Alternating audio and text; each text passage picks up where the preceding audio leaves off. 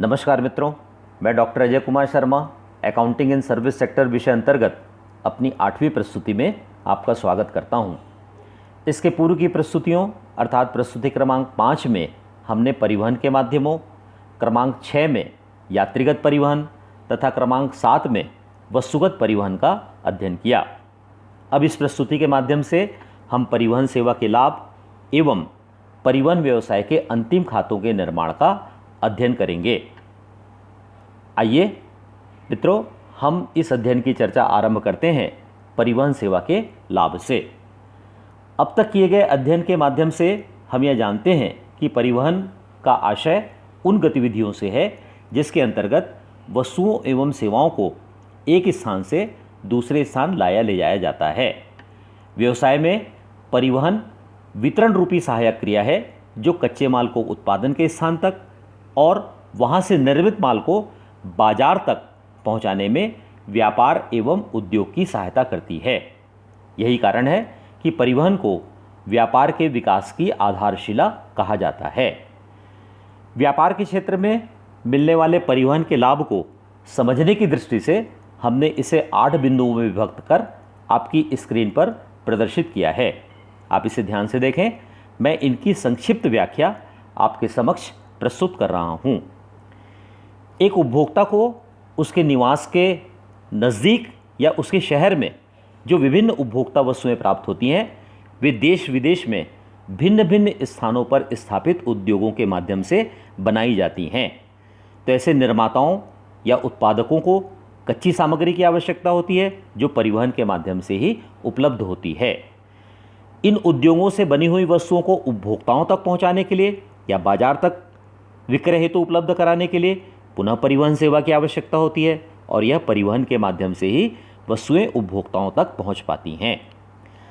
जनसामान्य को देश विदेश में बनी हुई विभिन्न उपभोक्ता वस्तुएं उपलब्ध कराने, उनके जीवन स्तर में सुधार करने में परिवहन सेवाओं की विशेष भूमिका होती है।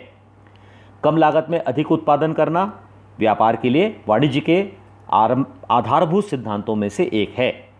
यह तभी संभव हो पाता है जबकि उद्योग में सभी संसाधनों को एकत्रित किया जाए, जो कि परिवहन के माध्यम से ही संभव होता है। आपातकाल में या प्राकृतिक विपदा की स्थिति में जब व्यक्तियों को या जन सामान्य को विभिन्न प्रकार की सहायता पहुंचानी हो, तब परिवहन सेवाओं की भूमिका से हम भली भांति परिचित हैं।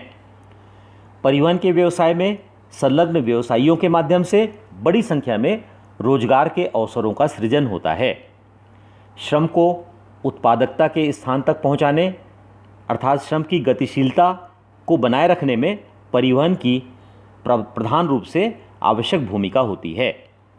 अंतर्राष्ट्रीय स्तर पर जब व्यापार के माध्यम से दो देश एक दूसरे के संपर्क में आते हैं, वस्तुओं का आदान प्रदान होता है, तो इनके मध्य सांस्कृतिक आदान प्रदान भी होते हैं और जो mutual relation between two countries हैं, यह अच्छे स्तर पर इम्प्रूव करने में परिवहन सेवाओं का विशेष महत्वपूर्ण स्थान होता है।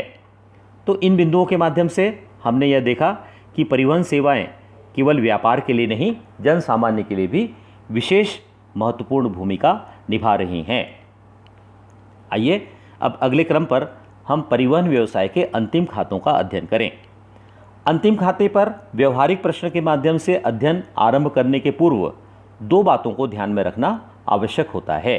पहला, परिवहन व्यवसाय का संचालन करने वाले व्यवसायी के स्वामित्व का स्वरूप क्या है। यदि स्वामित्व का स्वरूप एकाकी व्यापारी या साझेदारी फर्म है, तो ऐसी स्थिति में परंपरागत रूप से बनने वाले प्रॉफिट एंड लॉस अकाउंट और बैलेंस शीट के माध्यम से अंतिम खाते बनाए जाएंगे।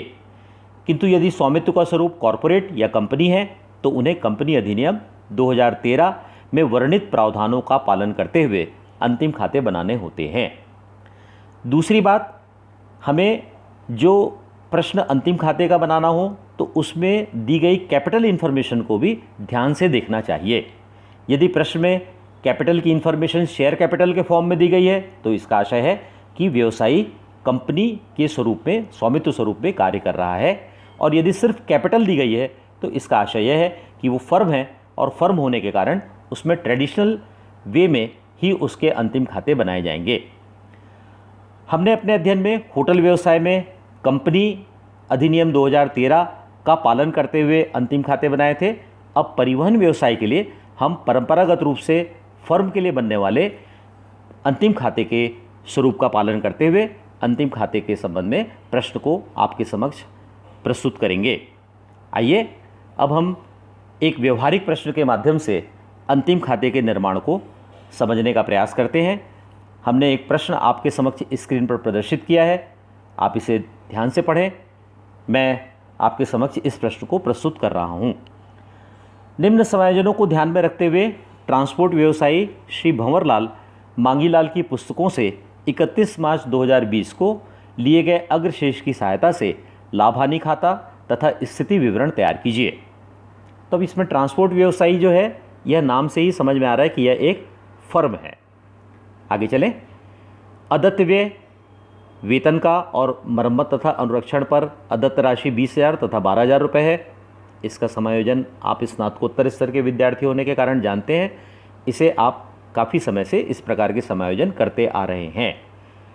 अगले क्रम पर पूर्वदत्त गैरेज किराया, यह प्रीपेड है। फिर एक्रूड फ्रेट, यह भी आपके अंतिम खाते के सामान्य समायोजन है। इन्हें हम जब प्रश्न का व्यवहारिक हल बनाएंगे उस समय हम इन पर विस्तार से चर्चा करेंगे। चौथे क्रम पर देखें, बीमा व्यय में 6,000 रुपये व्यापारी की जीवन बीमा पॉलिसी की किस्त के सम्मिलित हैं। तो व्यापार में व्यापारिक व्ययों को ही शामिल किया जाता है। अगर व्यापारी ने व्यक्तिगत व्यय व्यापार से कर दिए हैं तो इन्हें आहरण मानते हुए हम संबंधित व्यय से उतनी राशि कम करते हैं, अर्थात 6,000 रुपये की राशि बीमा व्यय से कम की जाएगी और व्यक्तिगत व्यय होने के कारण इसे आहरण में ले जाकर हम जोड़ देंगे। अगले क्रम पर देखें, HMV तथा LMV पर 10% तथा फर्नीचर पर 5% की दर से ह्रास का आयोजन करना है, तो इसकी गणना की जाएगी। संबंधित जो संपत्ति का शेष है उसमें से अवक्षण की राशि कम की जाएगी और अवक्षण की राशि का सेकंड इफेक्ट हम प्रॉफिट एंड लॉस अकाउंट के डेबिट साइड में लाएंगे। फिर अगला समायोजन है, एक ग्राहक जिससे भाड़े के 40,000 रुपये लेने थे से अंतिम भुगतान में केवल 20,000 रुपये प्राप्त हुए। जिससे 40,000 रुपये लेना था, 20,000 रुपये मिला। इसका मतलब यह है कि 20,000 रुपये बैड डेट हो गया, तो ये बैड डेट का समायोजन होगा। और उसके बाद अगले क्रम पर लिखा हुआ है, देनदार पर अशुद्ध ऋणार्थ आयोजन 5% की दर से करना है। तो देखिए, जब दोनों प्रकार के समायोजन एक साथ एक प्रश्न में करने हो तो इनका क्रोनोलॉजिकल इंपॉर्टेंस बन जाता है। हमें पहले डेटर्स में से बैड डेट को कम करना होगा और उसके बाद जब बैड डेट कम करने से जो राशि आएगी उस बची हुई राशि पर ही आयोजन का निर्माण किया जाएगा। अगली स्लाइड पर तलपट है। आइए अब हम तलपट को देखें। तलपट में debit balances and credit balances के माध्यम से आपको ट्रायल बैलेंस स्क्रीन पर प्रदर्शित किया गया है। मैं आपके सामने पहले डेबिट बैलेंसेस को पढ़ रहा हूँ। Driver and support staff salary 1,90,000 expenses है, प्रॉफिट एंड लॉस में आएगा। Supervision expenses profit and loss. Insurance and taxation profit and loss. Fuel oil gas grease profit and loss. Repairs and maintenance profit and loss. Garage rent profit and loss. Interest profit and loss. Bad debts miscellaneous expenses, ये सब profit and loss account के debit side में आने वाली items हैं। Then furniture, ये asset है, balance sheet के एसेट साइड में जाएगी। Cash and bank balance asset है। Heavy motor vehicle asset, again light motor vehicle, sundry debtors, ये सब एसेट होने के कारण डेबिट बैलेंसेज हैं, एसेट है, बैलेंस शीट में एसेट साइड में जाएंगी। इसके बाद ड्राइंग डेबिट बैलेंस के साथ में है, तो यह कैपिटल में से कम किया जाएगा। आइए अगले क्रम पर अब हम क्रेडिट बैलेंसेस को पढ़ें। फ्रेट, ये ट्रांसपोर्ट व्यवसायी की प्राप्ति का माध्यम है, ये प्रॉफिट एंड लॉस अकाउंट के क्रेडिट में आएगा। बैंक ओवरड्राफ्ट, 7% बैंक लोन तथा कैपिटल, ये 3 आइटम्स जो होंगी वो उसकी बैलेंस शीट से संबंधित आइटम्स हैं। आइए अब इस प्रश्न का हल देखें। स्क्रीन पर ध्यान दें। हम इस प्रश्न के व्यवहारिक हल का पर चर्चा करने के पूर्व आपसे कुछ प्रारंभिक बातें आपके समक्ष पुनः प्रस्तुत कर रहे हैं। आप जानते हैं यह हिस्सा जो है प्रॉफिट एंड लॉस अकाउंट का, यह हिस्सा डेबिट साइड है और यह हिस्सा जो है वो प्रॉफिट एंड लॉस अकाउंट का क्रेडिट साइड है। वैसे ही जो बैलेंस शीट का एसेट साइड है, यहाँ सारे डेबिट बैलेंसेस आते हैं और जो क्रेडिट साइड है वहाँ पर सारे, यानी लाइबिलिटी साइड है, वहाँ सारे क्रेडिट बैलेंसेस जो बैलेंस शीट में पोस्टिंग करनी है वो यहाँ दर्ज किए जाते हैं। पहले हम समायोजनों के संबंध में प्रारंभिक चर्चा कर लें, उसके बाद प्रश्न पर जाएंगे। देखिए, समायोजनों में जो पहले क्रम पे समायोजन दिया गया है वो है आउटस्टैंडिंग एक्सपेंसेस का। तो इसका अकाउंटिंग एडजस्टमेंट इफेक्ट कैसा होता है, ये एक्सपेंसेस है, मतलब प्रॉफिट एंड लॉस अकाउंट के डेबिट साइड में मिलेगी। तो डेबिट साइड में जो आइटम आउटस्टैंडिंग है उस आइटम में ले जाकर हम इसे ऐड कर देते हैं, तथा सेकंड इफेक्ट जो होगा वो इसका आउटस्टैंडिंग एक्सपेंसेस है, मतलब लाइबिलिटी है, तो बैलेंस शीट में लाइबिलिटी साइड पर भी इसे दर्ज किया जाएगा। देन सेकंड एडजस्टमेंट है प्रीपेड रेंट का। प्रीपेड रेंट ये भी एक्सपेंसेस है, तो ये भी प्रॉफिट एंड लॉस अकाउंट के डेबिट साइड में जो रेंट की राशि दी जाएगी उसमें से हम इसे कम करेंगे। जब हम इसे कम करेंगे तो ये इसका इस एडजस्टमेंट का क्रेडिट इफेक्ट होगा। और सेकंड इफेक्ट जो होगा, ये जो प्रीपेड रेंट है वो बैलेंस शीट के एसेट साइड में लिखा जाएगा। Third adjustment is accrued income का, मतलब एक्रूड फ्रेट है जो वो एक्रूड इनकम है, अर्थात ये एक ऐसी इनकम है जिससे कमा तो लिया गया है लेकिन प्राप्त होना शेष है। इनकम होने के कारण ये प्रॉफिट एंड लॉस अकाउंट के क्रेडिट साइड में मिलेगी। हम प्रॉफिट एंड लॉस अकाउंट के क्रेडिट साइड में फ्रेट में इसे ऐड कर देंगे, तथा इनकम होने के कारण यह बैलेंस शीट में एसेट साइड में भी इसे दर्ज किया जाएगा। अब अगले क्रम पर लाइफ इंश्योरेंस प्रीमियम का एडजस्टमेंट, चौथे नंबर का एडजस्टमेंट है। इसे हमने जब एडजस्टमेंट की चर्चा कर रहे थे तब हमने इस पर बात की थी। फिर से आप एक बार सुन लें कि व्यापार में सिर्फ व्यापारिक व्ययों को ही प्रॉफिट एंड लॉस अकाउंट में लिखा जाता है। व्यक्तिगत व्यय यदि उसमें सम्मिलित हैं तो उन्हें वहाँ से निकालकर आहरण में ऐड किया जाता है।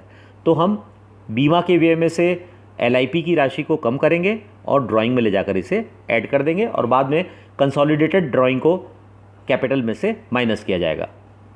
इसके अगले क्रम पर डेप्रिसिएशन का एडजस्टमेंट है। डेप्रिसिएशन के एडजस्टमेंट में जो एसेट है उसमें से डेप्रिसिएशन की गणना की जाएगी और उस राशि को घटाकर रिटर्न डाउन वैल्यू को हम अमाउंट कॉलम पे ले जाएंगे एसेट साइड में, तथा डेप्रिसिएशन की राशि को प्रॉफिट एंड लॉस अकाउंट के डेबिट साइड में ले जाएंगे। देन आखिरी में जो bad debts and provision for bad debts है, तो सबसे पहले डेटर्स में से बैड डेट की राशि कम की जाएगी। इस राशि को कम करने के बाद जो राशि शेष बचेगी उस राशि पर हम प्रोविजन या प्रावधान की गणना करेंगे। आइए अब हम व्यवहारिक प्रश्न को ध्यान से देखें। इसमें गणनाओं का हम जो प्रदर्शित किया गया है उसे समझते हैं। सबसे पहले आप देखें, प्रॉफिट एंड लॉस अकाउंट के डेबिट साइड में 2 drivers and support staff salary जो दिया गया है वो है 1,90,000 रुपये। ये हमने ट्रायल बैलेंस से इस आइटम की पोस्टिंग यहाँ की है, और इसमें जो आउटस्टैंडिंग एक्सपेंसेस 20,000 है इसे ऐड किया है। एडजस्टमेंट के मैं सेकंड इफेक्ट को भी आपको दिखाते चलता हूँ ताकि एडजस्टमेंट का काम एक बार में पूरा हो जाए। जो आउटस्टैंडिंग ड्राइवर्स सैलरी है वो सेकंड इफेक्ट के रूप में बैलेंस शीट में लायबिलिटी साइड में देखिए यहाँ पर इसका सेकंड इफेक्ट लाया गया है। अगली मद है प्रॉफिट एंड लॉस अकाउंट के डेबिट साइड में सुपरविजन एक्सपेंसेस, ये ट्रायल बैलेंस से यहाँ लाई गई है। इसके बाद अगली आइटम है इंश्योरेंस एंड टैक्सेशन, ये ट्रायल बैलेंस में दिया हुआ है 60,000 रुपये। इस राशि को हमने ट्रायल बैलेंस से यहाँ लाया, और इसमें जो व्यापारी का व्यक्तिगत बीमे की राशि का प्रीमियम शामिल है 6,000 रुपये, इसे हमने इससे कम किया। 60,000 में से 6,000 रुपये कम हुआ, ये आया 54,000, जिसे हमने अमाउंट कॉलम में ले लिया है। एंड दिस 6,000 जो ड्राइंग है इसे हमने यहाँ ले जाकर ड्राइंग में ऐड किया है। अब अगले क्रम पर देखें, फ्यूल ऑयल एंड ग्रीस 3,20,000 रुपये, ये ट्रायल बैलेंस से यहाँ इसकी पोस्टिंग हुई। रिपेयर्स एंड मेंटेनेंस है 60,000 रुपये, ट्रायल बैलेंस में दिया हुआ है, इसे हमने यहाँ लाया, और साथ में आउटस्टैंडिंग रिपेयर्स का जो कुछ पैसा जो था देना था 12,000 रुपये जो आउटस्टैंडिंग बताई गई थी वो इसे हमने इसे ऐड किया। 60,000 में 12,000 रुपये ऐड होने से 72,000 रुपये आया। 72,000 रुपये अमाउंट कॉलम में बाहर ले लिया गया है। और ये 12,000 रुपये का सेकंड इफेक्ट आउटस्टैंडिंग जो लाइबिलिटी में बैलेंस शीट की लाइबिलिटी साइड में है वहाँ हम इसे 12,000 रुपये को सेकंड इफेक्ट के रूप में भी ला लिए। Next one is garage rent. Garage rent दिया हुआ है 50,000 रुपये। इस 50,000 रुपये के गैरेज रेंट में हमने समायोजन पढ़ा था, तो हमें ध्यान है कि हमने प्रीपेड गैरेज रेंट बताया गया था, तो प्रीपेड गैरेज रेंट को 5,000 रुपये की राशि को हमने इससे कम कर दिया, और कम करने के बाद ये राशि बची 45,000 रुपये। पेड इन एडवांस है, इसका मतलब ये एसेट है, तो इसका सेकेंड इफेक्ट ये बैलेंस शीट में एसेट साइड में देखिए 5,000 रुपये दर्ज किया गया है। Next item is interest. Interest is 70,000। ये 70,000 रुपये का जो इंटरेस्ट पेड है के साथ साथ हमें एक और बात का ध्यान रखना आवश्यक है कि बैंक लोन जो प्रश्न में दिया गया था वो 7% की दर से था, अर्थात 14 लाख का जो बैंक लोन है, इस 14 लाख के बैंक लोन पे 7% की रेट से इंटरेस्ट चार्ज करना था। देखें 14 लाख रुपए का 7% की दर से ब्याज होना चाहिए साल भर का 98,000। ये हमने बैलेंस शीट में एक छोटे कैलकुलेशन के माध्यम से प्रदर्शित किया है। 98,000 साल भर का इंटरेस्ट होता है, जिसमें से 70,000 रुपये पेड है, तो 28,000 का जो इंटरेस्ट है उसका पेमेंट नहीं किया गया है। So this is implied adjustment, जो ट्रायल बैलेंस के माध्यम से हमने इसे फाइंड आउट किया। तो ये 28,000 रुपये का जो इंटरेस्ट का आउटस्टैंडिंग है, ये हमने लाकर इंटरेस्ट में ऐड किया। 70,000 प्लस 28,000, ये दोनों मिलाकर हुआ 98,000। ये 98,000 हम अमाउंट कॉलम में ला लिए एंड आउटस्टैंडिंग इंटरेस्ट को ये आउटस्टैंडिंग एक्सपेंसेस के साथ में ले जाकर ऐड कर दिया। अगले क्रम पर देखें, जो आइटम है वो है बैड डेट्स की। बैड डेट्स को समझने के लिए अब हम बैलेंस शीट की एसेट साइड में आ जाएं। एसेट साइड में देखिए सन्डी डेटर्स क्वेश्चन में दिया हुआ है कितना, 2 लाख रुपए। इसके साथ एडजस्टमेंट में बताया गया कि 40,000 रुपये जिससे भाड़े का लेना था उससे 20,000 रुपये ही प्राप्त हुआ, 20,000 रुपये डूब गया। तो ये बैड डेट का नया बैड डेट जो हुआ वो 20,000 रुपये कम किया। 2 लाख में से 20,000 रुपये कम करने से अब राशि बची कितनी, 1,80,000 रुपये। इस 1,80,000 रुपये पे हमने 5% की दर से प्रावधान बनाया। ये प्रावधान की राशि हुई 9,000 रुपये, और इन दोनों यानी 1,80,000 में 9,000 कम करने के बाद 1,71,000 रुपये बचा। ये हम बैलेंस शीट की एसेट साइड में अमाउंट कॉलम में हमने इसे ले लिया है। और ये दोनों एडजस्टमेंट के सेकंड इफेक्ट को हम प्रॉफिट एंड लॉस अकाउंट के डेबिट साइड में ला लेते हैं। प्रॉफिट एंड लॉस अकाउंट के डेबिट साइड में आ जाइए। देखिए बैड डेट्स जो ट्रायल बैलेंस में दिया गया था वो था 20,000 रुपये, और एडजस्टमेंट से जो 20,000 रुपये का बैड डेट नया बैड डेट बना वो आया, प्लस 9,000 का जो रिजर्व फ्रेम किया गया वो आया। इन तीनों का योग 49,000 हमने अमाउंट कॉलम में ले लिया है। Then next one is miscellaneous expenses. ये ट्रायल बैलेंस से हमने स्ट्रेट अवे ला के यहाँ पोस्टिंग की है 30,000 रुपये। उसके बाद अगले क्रम पर है डेप्रिशिएशन। डेप्रिशिएशन को समझने के लिए पुनः आप बैलेंस शीट में एसेट साइड में आ जाएं। एसेट साइड में देखें डेटर्स के बाद नीचे दिया हुआ है एलएमवी। एलएमवी की राशि दी हुई है 12 लाख रुपए। ये ट्रायल बैलेंस से आई हुई राशि है। इस 12 लाख पे रेट ऑफ डेप्रिशिएशन 10% है, एडजस्टमेंट में बताया गया था, ये हम जानते हैं। 10% डेप्रिशिएशन 12 लाख का 1,20,000 रुपये हुआ। ये गणना करके हमने 1,20,000 रुपये घटाया और बची हुई राशि 10,80,000 रुपये को अमाउंट कॉलम में ले लिया। देन हैवी मोटर व्हीकल का बैलेंस ट्रायल बैलेंस में बताया गया 15 लाख रुपये। इस पर भी 10% की दर से डेप्रिशिएशन है, 1.5 लाख रुपये डेप्रिशिएशन हुआ। इसे कम किया, बची हुई राशि 13,50,000 रुपये हमने अमाउंट कॉलम में ले ली, balance sheet asset side. Then एक और एसेट है फर्नीचर।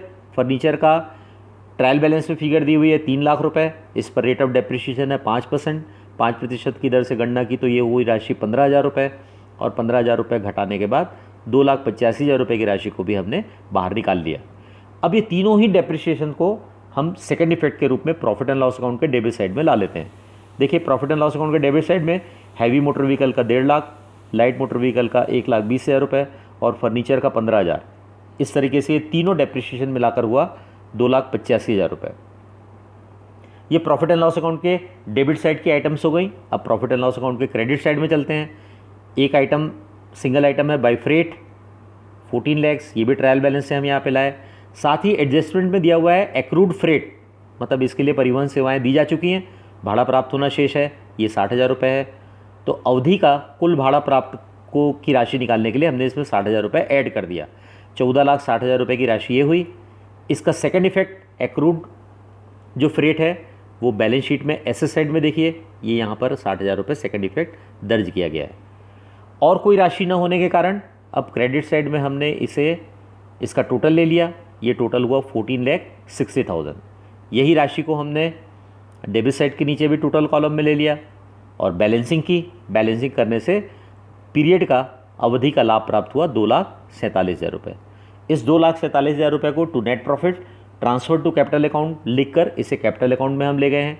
देखिए कैपिटल अकाउंट में 2,47,000 रुपये ये प्रॉफिट एंड लॉस अकाउंट का क्रेडिट बैलेंस है, वो आकर यहाँ पर हमने ऐड किया। अब बैलेंस शीट की बची हुई आइटम्स देखें। बची हुई आइटम में लाइबिलिटी साइड पर आ जाएं। बैंक ओवरड्राफ्ट 1,50,000 रुपये, ये सीधे ट्रायल बैलेंस से यहाँ आई है। देन बैंक लोन 7% 14 लाख, ये भी हमने ट्रायल बैलेंस से यहाँ पोस्टिंग की है और इसका रिलेटेड इंटरेस्ट की हमने पहले गणना कर ली थी। आउटस्टैंडिंग एक्सपेंसेस 3 हैं, सैलरी, रिपेयर्स एंड इंटरेस्ट, इन तीनों का योग 60,000 रुपये, ये हम बाहर अमाउंट कॉलम में ला लिए हैं। इसके बाद कैपिटल देखें। कैपिटल 12,60,000 रुपये जो है वो ट्रायल बैलेंस में दिया हुआ है। इसमें नेट प्रॉफिट करेंट ईयर का ऐड किया 2,47,000 रुपये। ये ऐड करने से टोटल हो गया 15,07,000 रुपये। इस 15,07,000 रुपये में से 60,000 रुपये जो ड्राइंग है वो ट्रायल बैलेंस में दी गई थी, प्लस व्यापारी के लाइफ इंश्योरेंस प्रीमियम की राशि जो व्यापार से पे की गई थी उसे भी इस 60,000 में ऐड किया। टोटल ड्राइंग हो गई 66,000 रुपये और इस 66,000 रुपये को 15,07,000 रुपये में से घटाया तो बची राशि 14,41,000 रुपये। अब लाइबिलिटी साइड में 3 आइटम्स हैं, 4 आइटम्स हैं, bank overdraft, bank loan, outstanding expenses और कैपिटल अकाउंट का बैलेंस, इन चारों का टोटल हुआ 30,51,000 रुपये। आइए एसेट साइड में देखें। एसेट साइड में कैश एंड बैंक बैलेंस है, ये ट्रायल बैलेंस से लाया गया है। देन प्रीपेड ग्राउंड रेंट हम पहले चर्चा कर चुके हैं। देन एक्रूड फ्रेट, इस पर भी चर्चा कर चुके हैं। सन्डी डेटर्स का बैलेंस 1,71,000 रुपये बचा, ये भी हम पहले चर्चा कर चुके हैं। देन LMV का बैलेंस है 10,80,000 रुपये, ये भी हम चर्चा कर चुके हैं। HMV और फर्नीचर, इन पर भी चर्चा हो चुकी है। तो जितनी आइटम अब एसेट साइड में अमाउंट कॉलम में है इसका टोटल करेंगे तो ये भी 30,51,000 रुपये आया। तो बैलेंस शीट में लाइबिलिटी साइड और एसेट साइड, इन दोनों ही साइड्स का टोटल बराबर होने के कारण हमने अब यह कह सकते हैं कि हमने अंतिम खातों के निर्माण को पूर्ण किया। तो मित्रों, इस माध्यम से हमने आपके समक्ष अकाउंटिंग इन सर्विस सेक्टर में 8 प्रस्तुतियों के माध्यम से अपना अध्ययन इस सोच के साथ प्रस्तुत किया कि हमारे द्वारा प्रस्तुत अध्ययन एवं जानकारियाँ छात्र हित में, छात्रों के विषय ज्ञान की दृष्टि से उपयोगी साबित हों। हम यह भी जानते हैं कि व्यक्ति का ज्ञान सीमित होता है और विषय का विस्तार असीमित होता है। आपको विषय पर अपनी सशक्त पकड़ बनाकर रखने के लिए आपको पाठ्यपुस्तकों के भी संपर्क में रहना चाहिए। मतलब वीडियो अध्ययन के साथ साथ आप पाठ्यपुस्तकों के भी संपर्क में रहें। चूँकि यह अध्ययन व्यवहारिक गणनाओं पर आधारित है, इसलिए आपको कुछ प्रश्न पाठ्यपुस्तकों से लेकर भी उनका भी अभ्यास करना चाहिए। आप सभी परीक्षाओं में अच्छे अंकों से उत्तीर्ण हो और व्यवहारिक अध्ययन भी आपका सशक्त रहे, इन्हीं शुभकामनाओं के साथ अब हम इस प्रस्तुति को विराम देते हैं। आप अपने घर पर रहें, सुरक्षित रहें, अध्ययनरत रहें। आप सभी को बहुत बहुत धन्यवाद। Thank you very much.